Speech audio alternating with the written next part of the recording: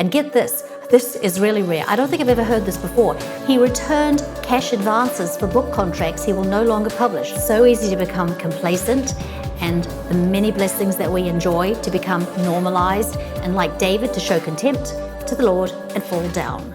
Last year, Steve Lawson was removed from his position as pastor at Trinity Bible Church in Dallas. This was due to an adulterous relationship. That was all that was reported, that he had moved out of Texas to try and give his family some space. But last week, one of Steve's close friends, Clint, talked with him and then posted about their conversation on his blog, Cripplegate. Although it's really sad that a pastor fell, there is some really good news in this situation as far as I can tell, that at least it's been properly handled according to the scriptures, and that Steve Lawson is responding as he should. Welcome to Morning Tea.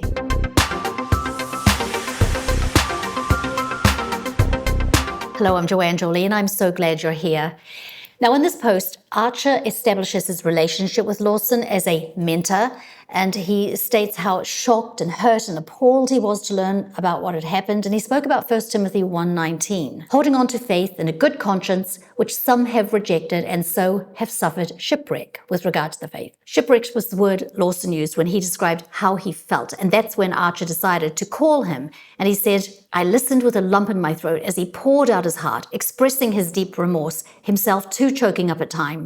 He has wanted to make a public statement for a long time, but has been wisely counseled not to, because anything he said could be misconstrued and used to further hurt the many people affected by his sin." He asked Steve if he was open to a video interview. Apparently there have been erroneous things floating around, and they wanted to set the record straight, and that still may happen. But the update is that after the adultery was discovered, Lawson confessed to the church elders, to his family. He separated from his wife. He moved away to Nashville, and that's where he is now staying with his brother and is receiving daily counsel. The next point is really important, and it's something we just don't see very much of in these mega churches. He said Lawson is fully aware that he is permanently disqualified from ministry and is not under any illusion that he could ever be restored to a teaching position or ministry capacity that requires the qualifications of an elder. And get this is really rare. I don't think I've ever heard this before. He returned cash advances for book contracts he will no longer publish. He is also considering avenues for secular employment. So at this point, he's not under any church discipline. It's done, it's over. He repented, he responded to the Matthew 18 process. When you confront a sinning believer, he was publicly rebuked and for the benefit of the others. As for those who persist in sin, rebuke them in the presence of all, so that the rest may stand in fear. Archer said that Lawson has yet to speak publicly, and he has some thoughts on this. Again, he offered to interview him at the proper time, but he believes it's important for Lawson to speak and bring closure. And I agree with this. This has hurt many people who looked up to him as their mentor, as their leader, and it's for their sake that this should happen. But regarding holding back from making a heartfelt public statement, in this age of lightning fast spread of news and the mob, I would listen to that counsel, because I've personally endured the vicious mob, and I talked about it in my book. They just feast on this stuff. I remember wanting to tell the whole story. I wanted people to get all the facts so that they would get it. But my very wise attorney told me to say nothing in my particular situation, and she was right. I know that if I had done that, it would simply have been more fuel for the fire.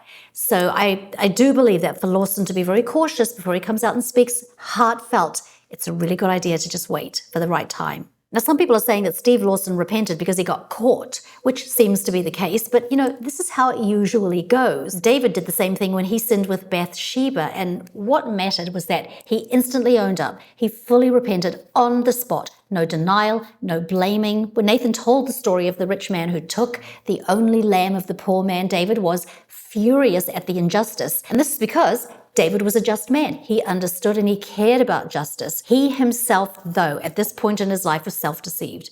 And it took the powerful rebuke by the prophet and to be exposed for him to pull through that cloud and realize the depth of the evil he had done. He didn't argue. He took full responsibility. It was just him and his God. That's who he was dealing with. And then he accepted the judgments that he would now have to live with for showing, as it says, such contempt for everything the Lord had done for him. Now, I have no clue as to Lawson's private circumstances. Very few people do. But speaking generally, after decades of marriage, men can become fixtures.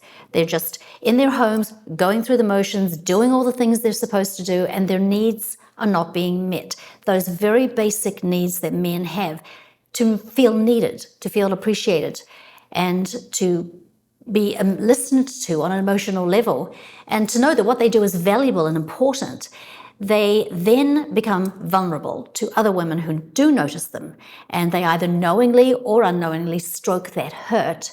And this ignites a powerful feeling that's been missing for a long time. And if you couple that with opportunity behind closed doors, the path down the slippery slope starts. Now, don't get me wrong, please. The blame falls 100% on the one committing infidelity. But in these cases, the marriage union should be looked at as to where it may have been weak and unattended. And this is for the ladies only. If your husband is not getting his needs met as you're supposed to care for him in that way, you will have contributed to his infidelity. Think back. When you were dating, remember how we put out, how we went to extra measures to look nice and give them our undivided attention. And our men couldn't wait to see us because we're sweet and attractive and playful and fun. Does your husband still look forward to coming home to his sweet wife who appreciates who he is and what he's doing for the family? Do you listen to him? Do you take seriously his emotional and physical needs? Now, I would say that if a wife refuses to be a wife and show the proper care and respect that her husband needs, then I think the Matthew 18 process should start with her. Somebody comes over and has a friendly chat, lovingly pointing out her fault.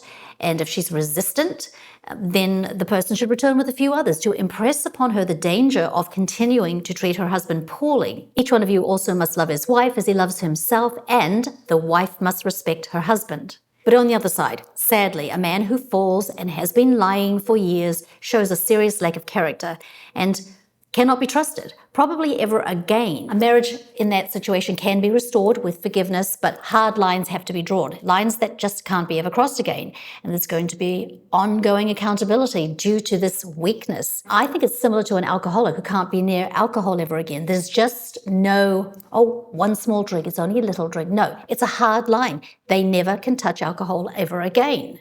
For the sake of the family, I think it's worth doing everything possible for restoration, and it does look like Steve Lawson is doing whatever it takes. And I hope and I pray for this Lawson family to be a family again. So whenever these things happen, I think we all should look at ourselves, look at our marriages. It's so easy to become complacent and the many blessings that we enjoy to become normalized, and like David, to show contempt to the Lord and fall down. Those are my thoughts. Please leave yours, and I want to remind you to keep looking for those blessings and remembering the blessings we've been given, because they're just all around us.